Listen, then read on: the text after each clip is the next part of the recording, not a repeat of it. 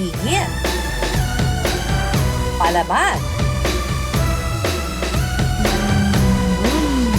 at Diyosa ng kalsada. Ganyan kung ilalarawan ang lady rider na si Sherilyn Torcelino, o mas kilala sa social media bilang si Goddess Moto. Actually, before, hindi talaga ako mahilig sa motor and I'm really scared kasi lalo na nakikita ko maraming mga aksidente which is hindi naman natin, alam yun, hindi natin maiiwasan. Hindi man daw niya hilig noon ang pagmumotor, pero nang minsang makita raw niya ang mga nagmomotorsiklo, naintriga na raw siya. At ang pinangarap niyang motorsiklo, big bike.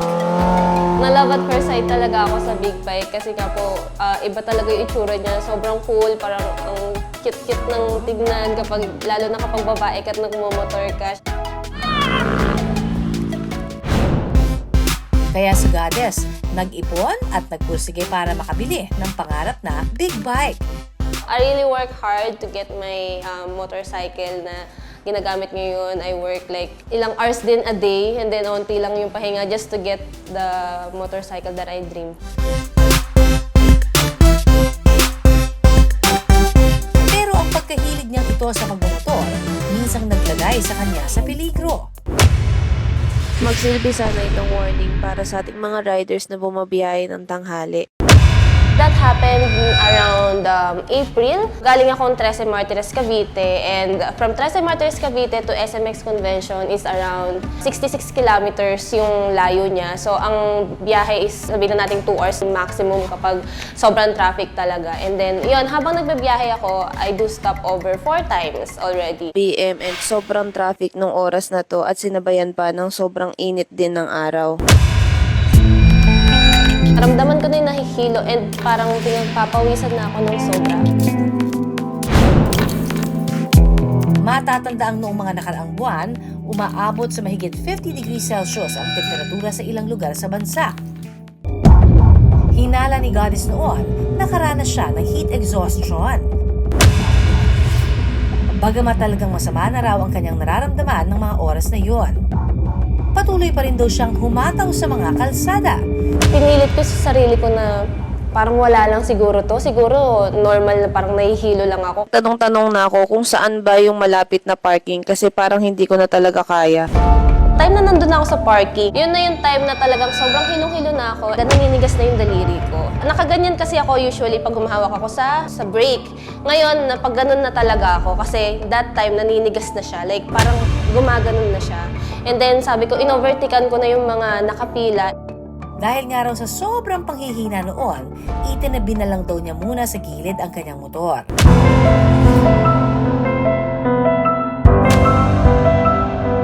Hindi ko po in-expect na pagbaba ko, nanlambot po bigla yung tuhod ko.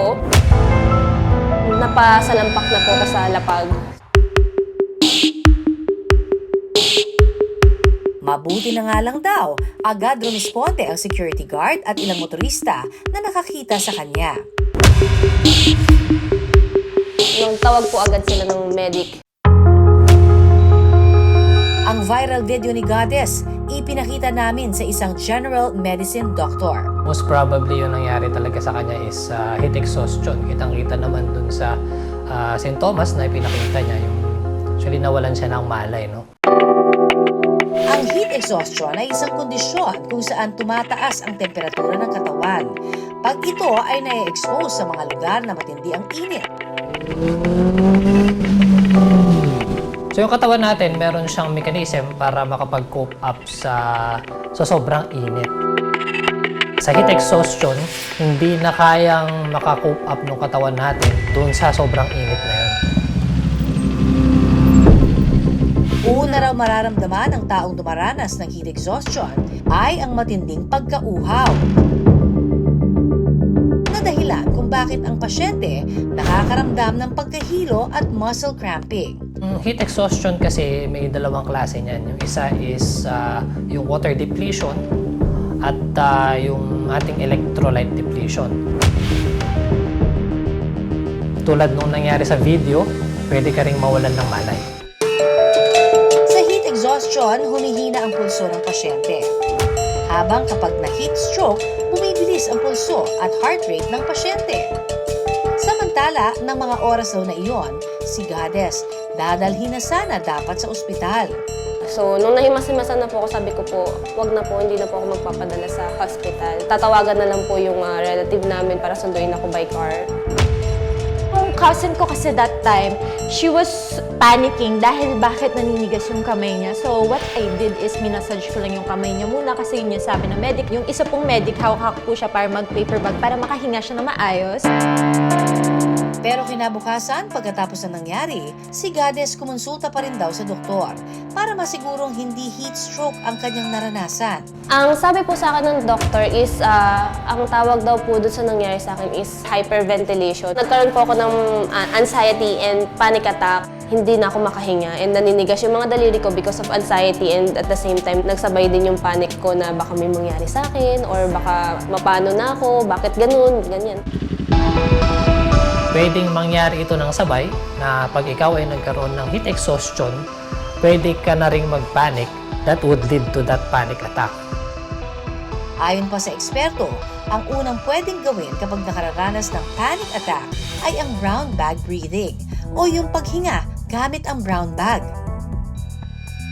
Pag nag-hyperventilate ang isang tao, sobrang dami ng oxygen na pumapasok sa katawan niya at nagkukos ng muscle cramps. Yun na yun, naninigas yung kanyang kamay. So, to counteract yung symptoms, bigyan nyo siya ng brown bag.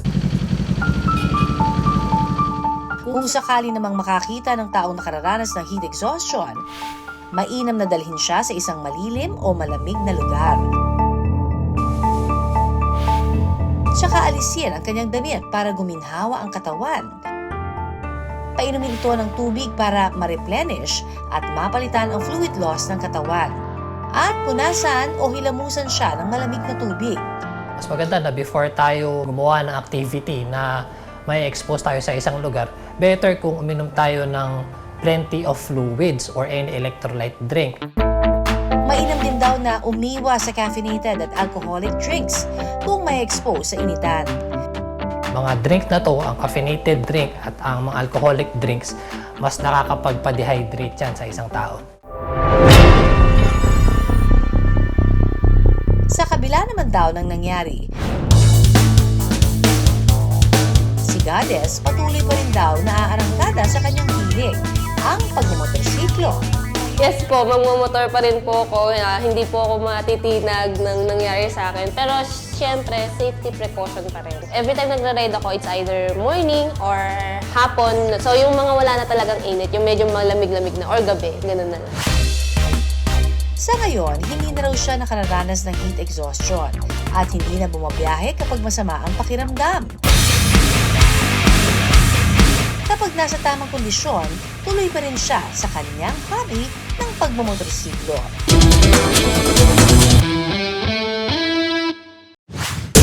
Kaya kapuso, sa susunod ninyong pag-arangkada sa kalsada, laging magbaon ng iba yung pag-iingat at pagiging alerto.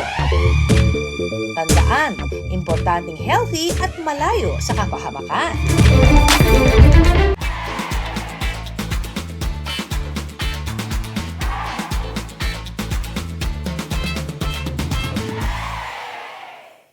Maraming salamat sa pagtutok sa Pinoy MD. Para po sa iba pang kaalaman tungkol sa ating kalusugan, mag-subscribe na sa GMA Public Affairs YouTube channel. And of course, don't forget to hit the bell button for our latest updates.